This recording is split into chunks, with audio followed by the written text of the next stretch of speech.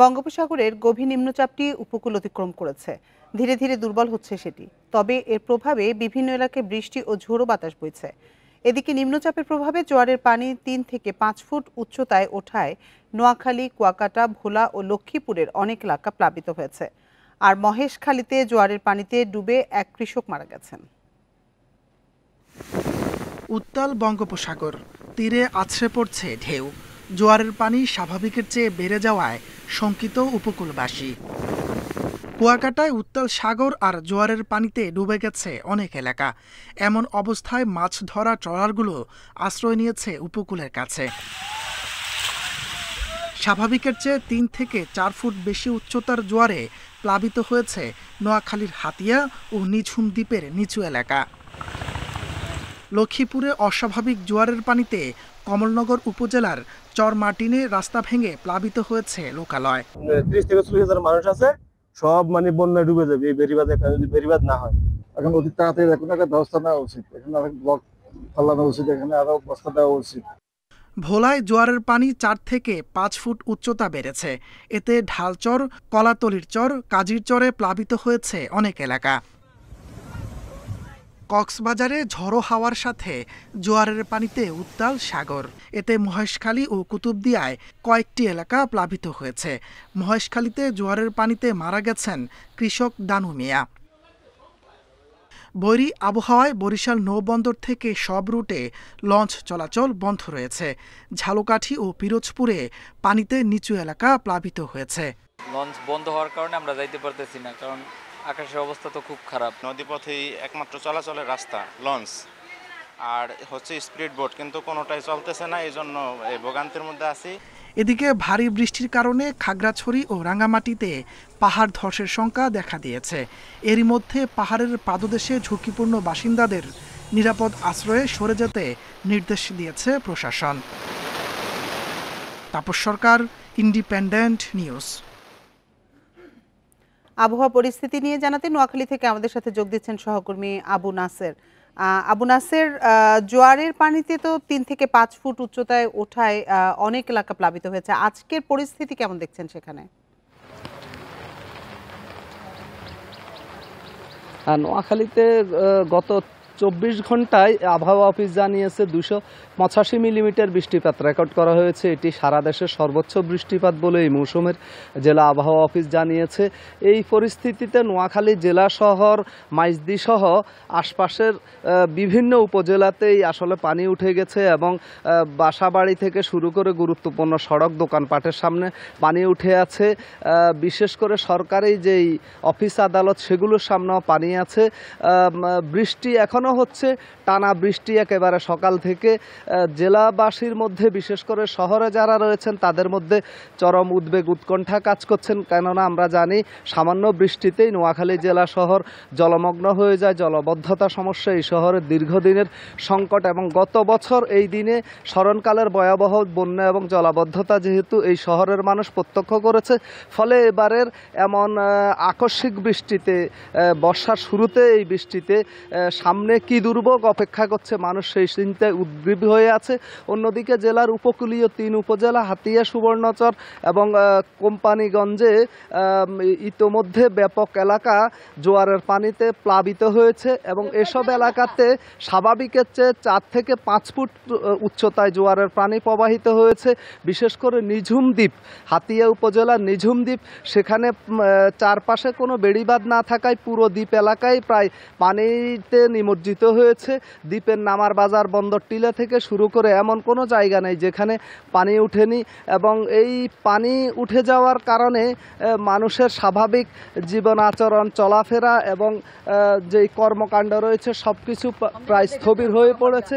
এবং গতকাল আমরা দেখেছি যে নিঝুম দ্বীপের বন বিভাগে একটি হরিণ রয়েছে, সেই হরিণটিও আশ্রয়ের খোঁজে উঁচু জায়গার সন্ধানে বিভিন্ন জায়গায় খোঁজাখুঁজি করতে দেখা গেছে। গেছে এই সংক্রান্ত একটি ভিডিও সামাজিক যোগাযোগ মাধ্যমে ভাইরাল হয়েছে। এছাড়া হাতিয়াতে দুর্যোগপূর্ণ আবহাওয়ার মধ্যে একটি সিমেন্ট এবং রডবাহী ট্রলার ডুবির ঘটনা ঘটেছে। যদিও এই ট্রলার ডুবিতে কেউ নিখোঁজ কিংবা হতাহতের খবর আমরা পাইনি। প্রশাসন বলছে এই বিষয়ে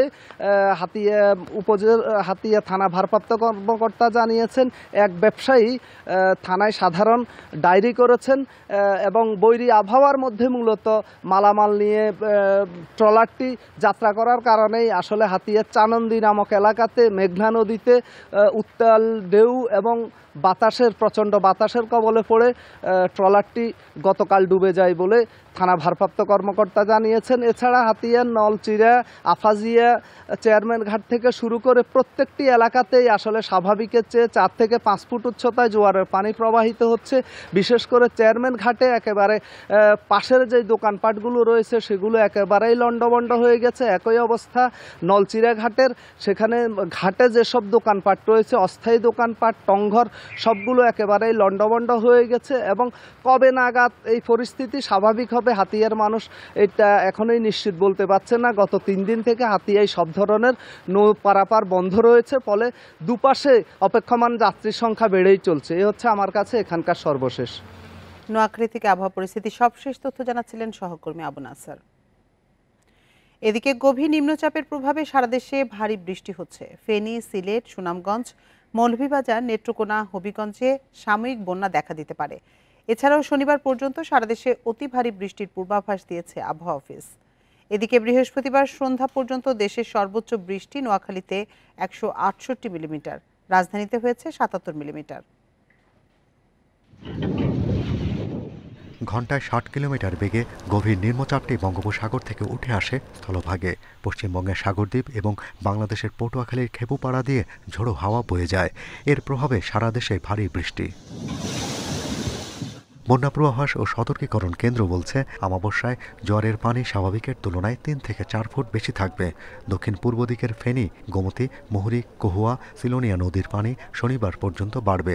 ভারী বৃষ্টিতে বিপদসীমার উপরে চলে যেতে পারে জাদুকাটা, খোয়াই, সারিগোয়াইন নদীর পানি। তবে গেল বছরের মতো তীব্র বন্যার শঙ্কা নেই। মুহুরী নদী এবং তার তৎসংলগ্ন নিম্নাঞ্চলে একটা বন্যার পরিস্থিতির আশঙ্কা করছি এবং সেখানে আমরা অ্যালার্ট জারি করেছি। আর এছাড়াও আমাদের দেশের উত্তর পূর্বাঞ্চলে যে পাহাড়ি নদী, ছোটো ছোটো পাহাড়ি নদী অঞ্চলগুলো রয়েছে, যেমন সারিগোয়াইন, মনু, খোয়াই, তারপর আপনার যদুকাটা, ওসব নদীগুলো আমাদের বন্যার পরিস্থিতি তৈরি হওয়ার একটা আশঙ্কা রয়েছে।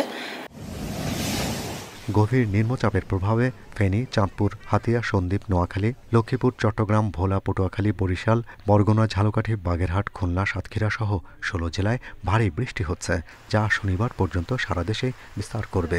8টি বিভাগে ভারী থেকে অতি ভারী বর্ষণের সম্ভাবনা দেখা যাচ্ছে। এটা আগামী 48 ঘন্টা পর্যন্ত। আগামীকাল সারাদিনই কম বৃষ্টি থাকবে। তো পরের দিন অর্থাৎ 31 থেকে বৃষ্টিপাতের প্রবণতাটা কিছুটা কমবে, অর্থাৎ দেশের ওয়েস্টার্ন সাইডে বৃষ্টিপাতের প্রবণতাটা কমার প্রবণতাটা লক্ষ্য করা যাচ্ছে। ভারী বৃষ্টির পর পার্বত্য এলাকায় পাহাড় ধসের আশঙ্কা বাড়ে। তাই চট্টগ্রাম, বান্দরবান, রাঙামাটি, খাগড়াছড়ি এলাকায় বিশেষ সতর্কবার্তা দিয়েছে আবহাওয়া অধিদপ্তর। Shahriar Anirban, Independent News, Dhaka. খাগড়াছড়িতে রাত থেকে টানা বর্ষণে পাহাড় ধসের শঙ্কা রয়েছে। ঝুঁকিতে প্রায় 3,500 পরিবার। কলাবাগান, সবুজবাগান, শালবন, কুমিল্লার টিলাকে অতি ঝুঁকিপূর্ণ এলাকা হিসেবে চিহ্নিত করা হয়েছে। পাহাড় ধসে প্রাণহানি এড়াতে বিভিন্ন স্থানে মাইকিং করা হচ্ছে। এছাড়া বাড়ি বাড়ি গিয়ে মানুষকে ঝুঁকিপূর্ণ এলাকা থেকে সরে আসার আহ্বান জানায় জেলা প্রশাসন। পাহাড়ি সড়কে মাটি ধসে যাওয়ার শঙ্কা মোকাবেলায় কাজ করছে সড়ক ও জনপথ বিভাগ। প্রস্তুত রাখা হয়েছে জনবল ও মাটি সরানোর সরঞ্জাম। এদিকে বৃষ্টি অব্যাহত থাকায় দীঘি নালার মাইনী নদীর পানি বাড়ছে।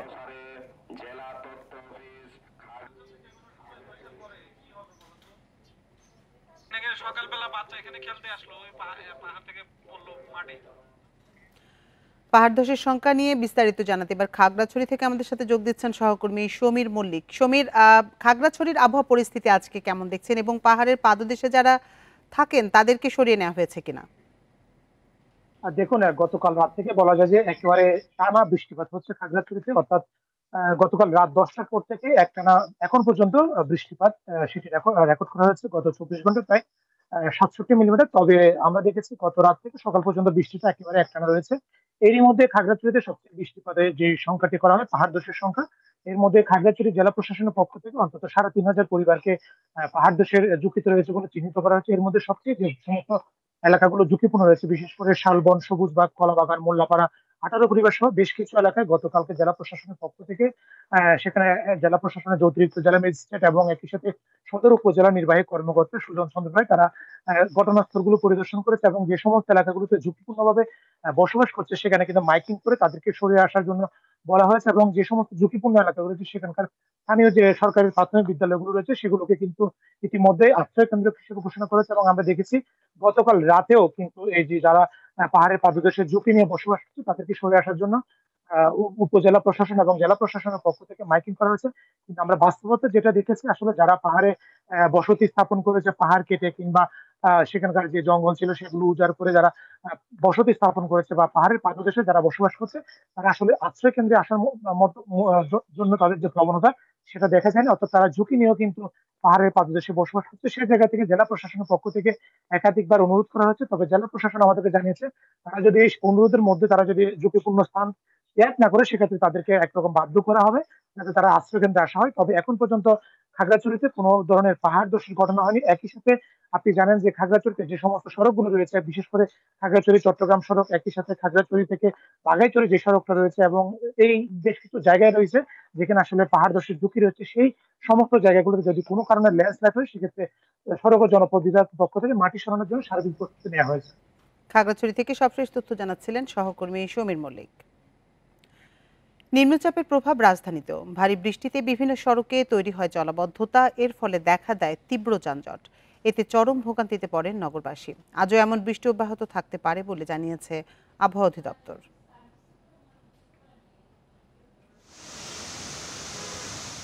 বৃহস্পতিবার সকাল থেকেই রাজধানীতে ঝড়ো হাওয়ার সাথে ভারী বৃষ্টি। টানা বৃষ্টিতে রাজধানীর অনেক এলাকায় পানি জমে গেছে। বিভিন্ন সড়কে সৃষ্টি হয়েছে জলজট আর তীব্র যানজটের। এতে চরম ভোগান্তিতে পড়েছে নগরবাসী। রাস্তাঘাটে যে বিভিন্ন জায়গায় খানাখন্দক রাস্তা কেটে অর্ধেক নষ্ট করে ফেলছে, এর কারণে যানজটের সৃষ্টি বেশি হয়েছে। বৃষ্টির জন্য বাইরে হওয়া যাচ্ছে না। এই যে বাসায় আসছি, বাসে উঠতে কষ্ট হইতেছে, হ্যাঁ, সবাই চলাফেরা করতেও কষ্ট হইতেছে। সকাল থেকে শুরু করে দিনের শেষ ভাগেও কমেনি ভোগান্তি, বিশেষ করে শ্রমজীবী ও ঘরমুখো মানুষের। আমার 1 টাকা আজকের দিন আমার ইনকাম হয় নাই, অর্থাৎ জিরো। এরকমের অনেক মানুষেরই কিন্তু এরকমের আজকের আর কি জিরো। এরকমের যদি কয়েকদিন বৃষ্টি চলতে থাকে তাহলে আমাদের যারা দিন আনি দিন খায় আমাদের জন্য কষ্টকর। প্রতিকূল আবহাওয়ার কারণে গণপরিবহন ছিল কম, এতে সাধারণ মানুষকে গুনতে হয় অতিরিক্ত ভাড়া। আমরা সকালবেলা বাইরে এসি এমন এই ভাড়া মারতে আছি টুকিটাকি, এমনি রোডঘাট অনেক জায়গায় যাইতে পারতেছি না, বৃষ্টিতে বন্যাতে পানিতে সব উঠতে রয়েছে। ভাড়া একটু বেশি পাওয়া যায়, এবার মনে করেন যে আজকে ইনকাম বালা, পয়সা একটু বেশি দিছে, 20 টাকা ভাড়া 30 টাকা, 30 টাকা ভাড়া 40 টাকা 50 টাকা। বঙ্গোপসাগর ও তৎসংলগ্ন এলাকায় সৃষ্ট গভীর নিম্নচাপের প্রভাবে এমন বৃষ্টি শুক্রবারও থাকতে পারে বলছে আবহাওয়া অধিদপ্তর। কোথাও কোথাও ভারী বৃষ্টিপাতের কারণে অস্থায়ী জলাবদ্ধতা তৈরি হতে পারে বলে মর্মে আমরা ভারী বৃষ্টিপাতের সাথে এই সাবধান থাকতে বলেছি। শুক্রবার বৃষ্টি আরও বাড়তে পারে বলেও জানায় আবহাওয়া অধিদপ্তর। মেহেদী হাসান, ইন্ডিপেন্ডেন্ট নিউজ, ঢাকা। যে গণতন্ত্র প্রতিষ্ঠার জন্য জিয়াউর রহমান জীবন দিয়েছেন সেই গণতন্ত্র আজও বাধাগ্রস্ত হচ্ছে বলে মন্তব্য করেছেন বিএনপির চেয়ারপারসন বেগম খালেদা জিয়া। বৃহস্পতিবার জিয়াউর রহমানের 44তম শাহাদত বার্ষিকীর অনুষ্ঠানে একথা বলেন তিনি। এ সময় তারেক রহমান বলেন, অন্তর্বর্তী সরকার ফাইল নির্ভর হয়ে পড়েছে, এভাবে দেশ চলতে পারে না। বিএনপির প্রতিষ্ঠাতা সাবেক রাষ্ট্রপতি জিয়াউর রহমানের 44তম শাহাদাত বার্ষিকী উপলক্ষে এই আলোচনা সভা রাজধানীর ইঞ্জিনিয়ার্স ইনস্টিটিউশনে বিএনপি আয়োজিত এই অনুষ্ঠানে যোগ দেন দলের ভারপ্রাপ্ত চেয়ারম্যান, দলের শীর্ষ পর্যায়ের নেতাসহ বিভিন্ন শ্রেণী পেশার প্রতিনিধি। অনুষ্ঠানের শুরুতেই জিয়াউর রহমানকে নিয়ে প্রামাণ্য চিত্র প্রদর্শনী করা হয় বিএনপির পক্ষ থেকে। পরে জিয়াউর রহমানের রাজনৈতিক জীবন সহ নানা স্মৃতি তুলে ধরে বক্তব্য রাখেন বুদ্ধিজীবীরা। যে গণতন্ত্র প্রতিষ্ঠা আর সার্বভৌমত্ব রক্ষার লড়াইয়ে প্রধান অতিথির বক্তব্যে শহীদ জিয়ার আদর্শ লক্ষ্য বাস্তবায়ন করে তার প্রতি শ্রদ্ধা জানাতে নেতাকর্মীদের প্রতি আহ্বান জানায় বিএনপি চেয়ারপারসন খালেদা জিয়া। খুব শীঘ্রই আমরা বাংলাদেশকে গণতন্ত্রে পুনঃপ্রতিষ্ঠিত দেখতে পাব। এই হোক শহীদ জিয়ার শাহাদাত বার্ষিকীতে আমাদের অঙ্গীকার। এই লক্ষ্যে সুশৃঙ্খলভাবে এগিয়ে চলার জন্য আমি বিএনপির সকল পর্যায়ের নেতা কর্মী ও দেশবাসীর প্রতি আহ্বান জানাচ্ছি। অনুষ্ঠানে তারেক রহমান বলেন, অন্তর্বর্তী সরকারের সাথে জনগণের সরাসরি যোগাযোগ নেই। ফাইল নির্ভর হয়ে সকল সমস্যা সমাধান সম্ভব নয়। দেশের জনগণ তাদের পছন্দমতো সরকার গঠন করতে প্রস্তুত বলেও জানান তিনি। অন্তর্বর্তীকালীন সরকারের উপদেষ্টাদের সঙ্গে স্বাভাবিক কারণেই জনগণের কোনোই যোগাযোগ নেই। তারা অফিসে বসে ফাইলপত্র দেখে জনগণের সমস্যা চিহ্নিত করে সমাধানের চেষ্টা হয়তো কেউ কেউ করছেন। জনগণের সঙ্গে সরাসরি যোগাযোগ ছাড়া প্রশাসন নির্ভর, ফাইল নির্ভর বা ফাইল ওয়ার্ক দিয়ে সকল সমস্যার সমাধান যদি করা যেতই, তাহলে তো নিশ্চয়ই রাজনৈতিক দল বা রাজনীতির প্রয়োজন হতো না। গণতন্ত্র সহ জাতির মুক্তির জন্য সকলকে ঐক্যবদ্ধ থাকতে সবার প্রতি আহ্বান জানায় বিএনপি নেতারা। এখন একটি কথা, একটি কাজ, আমাদের জাতির মুক্তির জন্য। Sajjad Hossain, independent News, Dhaka. নির্বাচনের জন্য সরকারের ঘোষিত সময়ের মধ্যে বিচার ও সংস্কার বাস্তবায়ন সম্ভব বলে মন্তব্য করেছেন জাতীয় নাগরিক পার্টির আহ্বায়ক নাহিদ ইসলাম। সরকার ধীর গতিতে কাজ করছে বলে অভিযোগ তার। বৃহস্পতিবার বিকেলে রাজধানী মোহাম্মদপুরে জুলাই শহীদ পরিবারের সঙ্গে সাক্ষাৎ অনুষ্ঠানে তিনি আরও বলেন, সরকারকে নানা পক্ষ বাধা দিচ্ছে। সংস্কার ও বিচার প্রক্রিয়ায় যারা বাধা দেওয়ার চেষ্টা করবে তাদের বিরুদ্ধে প্রতিরোধ গড়ে তোলার হুঁশিয়ারি দেন তিনি। বলেন, এ সরকার শহীদ পরিবার, আহত ও গণ অভ্যুত্থানে অংশগ্রহণকারীদের কাছে দায়বদ্ধ, তাই শহীদদের সম্মান নিশ্চিত করতে হবে। গণ অভ্যুত্থানের আকাঙ্ক্ষা যতক্ষণ পর্যন্ত বাস্তবায়ন না হবে ততক্ষণ পর্যন্ত লড়াই চলবে। সরকারের কাজেও নানা গোষ্ঠী, নানা পক্ষ আসলে বাধা তৈরি করছে। আমরা তাদের কাছে আহ্বান জানাই যে আমরা যেই ঐক্যের ভিত্তিতে গণঅভ্যুত্থান হয়েছিল সেই ঐক্যটা ধরে রেখে সরকারকে সবাই সহযোগিতা, সমালোচনা সবকিছু করেই সরকারকে যাতে আমরা কাজ করতে দিই। ইশরাক হোসেনের মেয়র পদ নিয়ে সাংবিধানিক সিদ্ধান্ত নেবে নির্বাচন কমিশন, এমন পর্যবেক্ষণ দিয়েছে আপিল বিভাগ। পাশাপাশি লিভ টু আপিল নিষ্পত্তি করেছেন সর্বোচ্চ আদালত। এর ফলে মেয়র হিসেবে শপথ নিতে কোনো বাধা নেই দাবি ইশরাকের আইনজীবীর। তবে রিটকারীর আইনজীবী বলছেন, আইনিভাবে শপথ নেয়ার সুযোগ আর নেই। 2020 সালের 1 ফেব্রুয়ারি ঢাকা দক্ষিণ সিটি কর্পোরেশন নির্বাচন নিয়ে মামলা করে চলতি বছরের 27 মার্চ রায় পান বিএনপির মেয়র প্রার্থী ইশরাক হোসেন। সেই রায়ের প্রেক্ষিতে গেজেট প্রকাশ করে নির্বাচন কমিশন। তবে গেজেট হওয়ার পরও ইশরাক হোসেনকে শপথ পড়ানোর উদ্যোগ নেয়নি স্থানীয় সরকার মন্ত্রণালয়। নির্বাচনী ট্রাইব্যুনালের রায় ও শপথ নিয়ে 13 মে হাইকোর্টে রিট করা হয়। পরে শুনানি শেষে 22 মে রিট খারিজ করে দেন হাইকোর্ট। পরে আপিল করেন রিটকারী। বৃহস্পতিবার প্রধান বিচারপতি সৈয়দ রেফাত আহমেদের নেতৃত্বে 7 বিচারপতির আপিল বেঞ্চে শুনানি হয়। শুনানিতে নির্বাচন কমিশনের ভূমিকায় উষ্মা প্রকাশ করে আপিল বিভাগ। ইশরাকের ইস্যুতে নির্বাচন কমিশন সঠিক সিদ্ধান্ত নিতে ব্যর্থ হয়েছে বলে ক্ষোভ প্রকাশ করেন দেশের সর্বোচ্চ আদালত। আপিল বিভাগ ইসিকে সিদ্ধান্ত নিতে বলে আদেশে লিভ টু আপিল নিষ্পত্তি করে দেন। ইলেকশন কমিশন এই যে আইন মন্ত্রণালয়ে ফাইল পাঠাবে বা অন্য কারো মতামত দেবে, ইলেকশন কমিশন এগুলো রিকোয়ার করেন না। সংবিধান ইলেকশন কমিশনকে সম্পূর্ণ এম্পাওয়ার করেছেন। এই বিষয়ে আমাদের ঊর্ধ্বতন আদালতের, উচ্চ আদালতের সিদ্ধান্ত আছে। ইলেকশন কমিশন স্থানীয় সরকার নির্বাচন সহ যত নির্বাচন আছে, নির্বাচন পরিচালনার বিষয়ে সম্পূর্ণ স্বাধীন, সে সংবিধান দ্বারা পরিচালিত হবে। আদালতের এই আদেশের পর শপথ না পড়ানো হবে আদালত অবমাননা। সরকার শপথ পড়াতে বাধ্য বলেও দাবি করেন ইশরাকের আইনজীবী। অবজারভেশন দিয়েছে নির্বাচন কমিশন স্বাধীনভাবে তারা সিদ্ধান্ত নেবে যে এটা বিবেচনা করবে। সরকার তো আইন অনুযায়ী দেশ চালাবে। যদি শপথ না দেয় সরকারের পক্ষ থেকে, তারা আইন মানে না, আইনের ব্যত্যয়তা এসে এটা জনসমক্ষে চলে আসবে। ইসি নির্বাচনী ট্রাইব্যুনালের রায়ের বিরুদ্ধে আপিল না করলে আবারও আইনি পদক্ষেপ নেওয়ার কথা জানান রিটকারী আইনজীবী। হ্যাঁ, ওনাদের তো মেয়াদ শেষ হয়ে গেছে, কোনো গেজেট শপথ পড়ানোর কোনো স্কোপ নাই এখন আর। ইলেকশন কমিশন যথাশীঘ্র এটার বিরুদ্ধে আপিল দায়ের করবে, আর যদি ওনারা আপিল দায়ের করতে ব্যর্থ হয় তাহলে আমরা আবার আইনগত ব্যবস্থা নিব। এদিকে ইশরাক হোসেনকে শপথ পড়ানোর দাবিতে বৃহস্পতিবারও নগর ভবনের ভেতরে আন্দোলন করেন তার সমর্থকরা। বন ইবনে কামাল, ইন্ডিপেন্ডেন্ট নিউজ, ঢাকা। বাস্তবতা নিরিখে আসন্ন বাজেটে সামাজিক নিরাপত্তা কর্মসূচি ঢেলে সাজানোর পরিকল্পনা করছে অন্তর্বর্তী সরকার। কমানো হচ্ছে কর্মসূচির সংখ্যা। উপকারভোগী বাছাইয়ে স্বচ্ছতা আনার পাশাপাশি কিছুটা বাড়ছে মাথাপিছু বরাদ্দ। অর্থনীতিবিদরা বলছেন, সমন্বিত ব্যবস্থাপনায় ধাপে ধাপে টেকসই সামাজিক সুরক্ষার দিকে হাঁটতে হবে রাষ্ট্রকে। দেশের ২৬ মন্ত্রণালয়ে ১৪০টি কর্মসূচির মাধ্যমে সামাজিক নিরাপত্তা কর্মসূচি বাস্তবায়ন হচ্ছে। চলতি অর্থবছরের বাজেটে এজন্য বরাদ্দ রাখা হয় ১,৩৬,০২৬ কোটি টাকা, বা বাজেটের ১৭.০৬%। কিন্তু আগামী অর্থবছর কর্মসূচির সংখ্যা কমে নামতে পারে ১০০টিরও নিচে। বরাদ্দ হতে পারে প্রায় ৯৬,০০০ কোটি টাকা। চলতি বাজেটে সামাজিক নিরাপত্তা খাতের বরাদ্দের মধ্যেই অবসরপ্রাপ্ত সরকারি কর্মীদের পেনশনে ৩৬,৫৮০ কোটি টাকা, সঞ্চয়পত্রের সুদে ৮,৮২৮ কোটি টাকা সহ আরও কিছু খরচ যুক্ত আছে। বিভিন্ন এখানে কার্যক্রম আছে, কিছু কিছু কার্যক্রমকে আরও একটু সুসংবদ্ধ করে একটা জায়গায় নিয়ে আসা, এটাও আমাদের করতে হবে, যাতে করে এটার অ্যাডমিনিস্ট্রেশনটার খরচও কম হয়, এটা আরও এফেক্টিভও হয়। আর ক্রমান্বয়ে আমাদের সোশ্যাল সেফটি নেট থেকে সোশ্যাল সিকিউরিটির দিকে যেতে হবে, যাতে একটা সবার জন্য ন্যূনতম একটা সুরক্ষা সমাজ দিতে পারে, রাষ্ট্র দিতে পারে। চরম দরিদ্রদের জন্য ৩৮টি প্রকল্পে আগামী বাজেটে ৫২,০০০ কোটি টাকা বরাদ্দ থাকতে পারে, যার আওতায় বয়স্ক, বিধবা, প্রতিবন্ধী সহ কয়েকটি খাতে ভাতা বাড়ছে মাথাপিছু ৫০ থেকে ১০০ টাকা। খাদ্যবান্ধব কর্মসূচিতে স্বল্প মূল্যে ৫৫ লাখ পরিবারের জন্য ১০ লাখ টন চাল বরাদ্দ হতে পারে।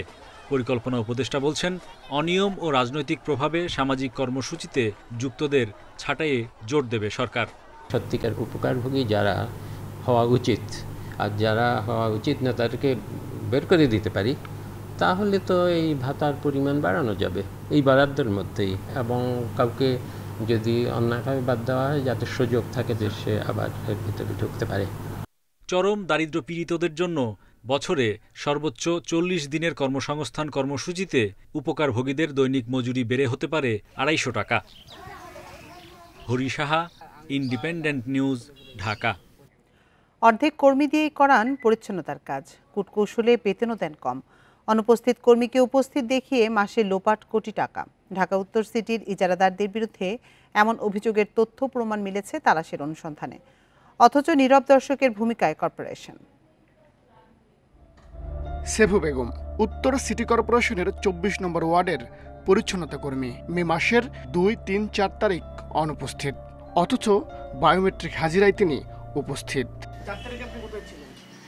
আমি অসুস্থ ছিলাম, ১ তারিখে দিয়ে গেছি। উনি বলছে ৪ তারিখে ডিউটি করেন নাই। ওর একদিন অ্যাবসেন্স ছিল, তো এইটাই করাই, তো আর খেয়াল নাই, বলতেছে না। একই ঘটনা আরেক পরিচ্ছন্নতা কর্মী নাজমা বেগমের ক্ষেত্রেও। তিনি মে মাসে ৮ দিন অনুপস্থিত, অথচ হাজিরা অ্যাপসে উপস্থিত। এই ব্যাপারে আমি কোনো কথা বলবো না। নাজমা বেগম প্রেজেন্ট কেমনে হলো ভাই? প্রকৃত কর্মীর সংখ্যাও গরমিল। ২৫ নম্বর ওয়ার্ডে ১২২ জনের মধ্যে ৪৪ জনকে হাজিরা দিতে দেখা গেল, অথচ কিছুক্ষণের মধ্যে তা হয়ে গেল দ্বিগুণ। আপনারা ৮০ জন কিভাবে পাইলেন? কিভাবে পাইলাম? আমরা তো কাজ করাইলাম, এই কাজগুলি করাইছি না। আমরা তো ৪০ জন পেলাম। তাই শুধু তাই নয়, সকাল ৬টায় ২২ জন ড্রেন শ্রমিক অ্যাপসে হাজিরা দিলেও মাঠে দেখা যায়নি অর্ধেকও। আপনি লেখাচ্ছেন মোট স্ক্যান হয়েছে ২২ জনের, অথচ আপনার মাঠে লোকই নাই। ২২ জনের উপস্থিতি কিভাবে? ডিএনসিসির শর্ত অনুযায়ী পরিচ্ছন্নতা কর্মীদের ন্যূনতম বেতন ৮,১০০, অথচ দেওয়া হচ্ছে ৬ থেকে ৬,৫০০ টাকা। সেক্টরে যারা মহিলা কাজ করে এদের বেতন হচ্ছে ৮,৫০০ টাকা। ৮,৫০০ টাকা একটা মহিলা পাইনি। তাহলে এটা বলে কেন?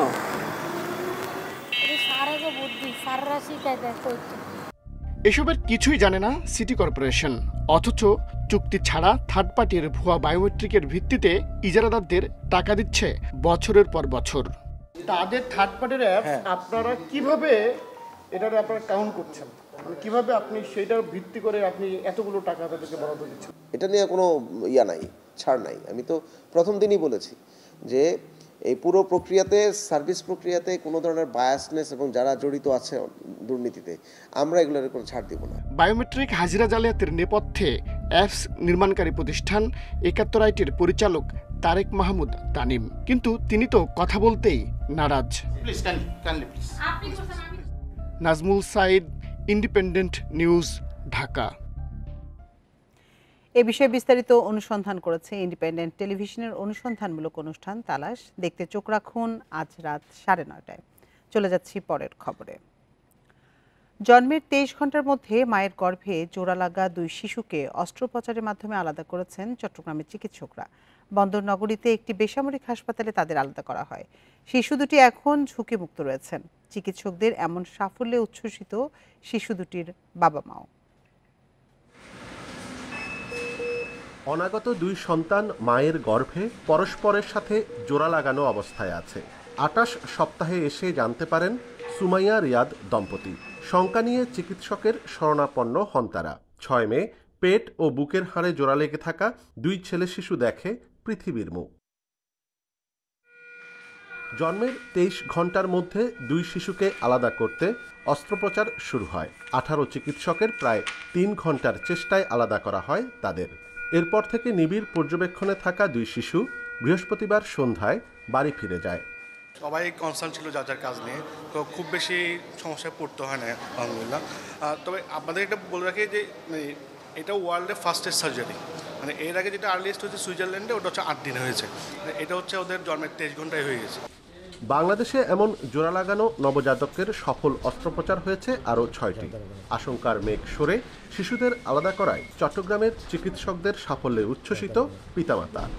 নর্মাল টুইন্স ঠিক আছে, তো হঠাৎ যখন 28 সপ্তাহ পরে জানা যে এই একদম কনজয়েন্ট, এটা তো আমাদের জন্য অনেক একটা দুঃখের বিষয় ছিল। তখন আমরা এটা নিয়ে অনেক টেনশনে ছিলাম। আমার বাচ্চারা বেঁচে আছে, সুস্থ আছে আলহামদুলিল্লাহ। ওদেরকে আমি দেখতে পারতেছি, আমি এখন ওদের মা আছি, আমার 2 ছেলে আলহামদুলিল্লাহ। এর চেয়ে ভালো ফিলিংস আমার মনে হয় আমি কখনো পাই নাই আমার জীবনে। চিকিৎসকরা জানিয়েছেন 2টি শিশুই এখন সুস্থ আছে, তাদের অন্য কোনো শারীরিক জটিলতাও নেই। অনুপম শীল, ইন্ডিপেন্ডেন্ট নিউজ, চট্টগ্রাম। প্রস্তুতি শেষ না হওয়ায় জুনের শেষ নাগাদ হচ্ছে না রাকসু নির্বাচন। রাজশাহী বিশ্ববিদ্যালয় কর্তৃপক্ষ জুনে নির্বাচনের রোডম্যাপ দিলেও নির্বাচন কমিশন বলছে সব কাজ শেষ করে আগস্টের মধ্যে রাকসু নির্বাচন হতে পারে। এদিকে রোডম্যাপ মেনে রাকসু নির্বাচন না হওয়ায় তফসিল ঘোষণার দাবিতে আন্দোলনে নেমেছেন শিক্ষার্থীরা। 35 বছর ধরে অকার্যকর রাজশাহী বিশ্ববিদ্যালয় কেন্দ্রীয় ছাত্র সংসদ রাকসু। সম্প্রতি রাকসু নির্বাচনের বিষয়টি আলোচনায় আসার পর এ নিয়ে আগ্রহ তৈরি হয়েছে বিশ্ববিদ্যালয়ের শিক্ষার্থীদের মাঝে। আমি ফার্স্ট ইয়ারে পড়াশোনা করি, আমি এখনও জানি না যে কেন্দ্রীয় ছাত্র সংসদ কীভাবে পরিচালনা হবে, কিন্তু আমি একটা নতুন রাজনীতি দেখতে চাই দেখে আমি রাকসু চাচ্ছি। রাকসু হচ্ছে দীর্ঘদিনের চাওয়া এটা, আর হচ্ছে 5ই আগস্ট পরবর্তী সময়ে বিশ্ববিদ্যালয়ে হচ্ছে এই রাকসুর যে আবেদন এটা হচ্ছে আরও বৃদ্ধি পেয়েছে। বিশ্ববিদ্যালয়ের বর্তমান প্রশাসন দায়িত্ব নেওয়ার পর জুন মাসের মধ্যে রাকসু নির্বাচনের রোডম্যাপ ঘোষণা করে। কেন্দ্রীয় ছাত্র সংসদের গঠনতন্ত্র চূড়ান্ত করার সাথে গঠিত হয় নির্বাচন কমিশন। তবে রোডম্যাপ অনুযায়ী কার্যক্রম না হওয়ায় হতাশ শিক্ষার্থীরা। এই যে ডেটগুলো অনুযায়ী কার্যক্রম হচ্ছে না, এটা আমাদের একটা অন্যতম সংশয়ের কারণ। আর আমরা বিভিন্ন মাধ্যমে জানতে পেরেছি যে প্রশাসনের মধ্যেই একটা অংশ হয়তো চাচ্ছে না, বা ওনারা মনে করছে যে হলে একটু যেন লেন্দি হয়, বা হলেও হবে, না হলে সমস্যা নেই। রাকসুর নির্বাচন কমিশন বলছে প্রস্তুতির কাজ অনেকটাই এগিয়েছে। আগামী আগস্ট নাগাদ হতে পারে রাকসু নির্বাচন। ভোটার তালিকা প্রস্তুত সহ নির্বাচন সংক্রান্ত অনেক কাজ ইতোমধ্যে শেষ হয়েছে। বাস্তবায়ন করার জন্য যে প্রশাসনিক কাঠামো, এটা বড় ধরনের অগ্রগতি যে একটা নির্বাচন কমিশন হয়েছে এবং সিন্ডিকেটে এটা অনুমোদিত হয়েছে। এটা রাজশাহী বিশ্ববিদ্যালয়ে এর আগে কখনোই ছিল না। এটি কিন্তু একটা বড় ধরনের অগ্রগতি। এবং ইলেকশন কমিশন হওয়ার পর ইলেকশন কমিশন আজ থেকে পূর্ণাঙ্গ বৈঠকে বসেছে এবং আজ থেকে ধরে নিতে পারেন ইলেকশনের যে কর্মকাণ্ডগুলো আছে সেগুলো আমরা শুরু করেছি। রাকসু নির্বাচনের পূর্ণাঙ্গ তফসিল ঘোষণা সহ বিভিন্ন দাবিতে চলতি মাসে একাধিক মানববন্ধন ও বিক্ষোভ করেছেন শিক্ষার্থীরা। Ahsan Habib, Apu, independent news, Rajshahi. কোরবানি ঈদের আগে জমে উঠেছে দিনাজপুরের কাহারোলের মহিষের হাট। মহিষ কিনতে হাটে ভিড় করছেন বিভিন্ন জেলার ক্রেতারা। রোগবালাই না থাকা, লালন পালন খরচ কম হওয়ায় এবং দাম ভালো পাওয়ায় মহিষের জনপ্রিয়তা বাড়ছে বলছেন ক্রেতা বিক্রেতা। কয়েক বছর ধরে কোরবানির পশু হিসেবে জনপ্রিয়তা বাড়ছে মহিষের। ঈদুল আজহাকে সামনে রেখে প্রতি বছরই ক্রেতা বিক্রেতার উপস্থিতি বাড়ছে কাহারোলের মহিষের হাটে। লালন পালনে খরচ কম, রোগবালাইও কম হওয়ায় মহিষ পালনে আগ্রহ বাড়ছে খামারিদের। বিভিন্ন জেলার পার্টি আছে এখানে, আর কুরবানি উপলক্ষে মহিষ চলে বেশি, আপনার কালো জাতের মহিষ বেশি চলে। সর্বোচ্চ 5 লাখ পর্যন্ত দাম দিচ্ছে। হ্যাঁ, আমরা আশা করতেছি আরো বেশি হওয়ার। নিরাপদ কেনাবেচা ও কাঙ্ক্ষিত দামে খুশি ক্রেতারাও। সব জায়গার মহিষ এখানে আসে, এখানে ভালো আর কি, কিনতে কমে পাওয়া যায়, সেজন্য আসে। আজকে বয়স কিনলাম, যে বয়স গাছে বানিয়েছি 1,20,000 করে, এই বয়স কিনছি 1,40,000 টাকা।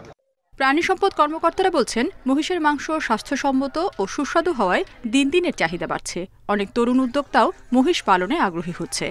একটি মহিষী প্রায় 8-10 মণ ওজনের হয়। এটি একটি একান্নবর্তী পরিবারের মাংসের চাহিদা পূরণ করে এবং এটি সুস্বাদু হওয়ার জন্য এবং গরুর তুলনায় তার কোলেস্টেরল কম হওয়ার জন্য এটি অত্যন্ত চাহিদা আমাদের এই অঞ্চলে এখন হয়েছে এবং এই জন্য তরুণ অনেক উদ্যোক্তাও এই মহিষের খামার করছে। প্রতি শনি ও মঙ্গলবার বসে কাহারোলের মহিষের হাট। কোরবানির ঈদ উপলক্ষে প্রতি হাটে গড়ে 2 শতাধিক মহিষ কেনাবেচা হয়। Independent news. আর এই ছিল এখনকার সংবাদে। ইন্ডিপেন্ডেন্ট টেলিভিশনের সব খবরে বিস্তারিত জানতে চোখ রাখুন ফেসবুক, ইউটিউব এবং এক্সে। এতক্ষণ সাথে থাকার জন্য ধন্যবাদ সবাইকে।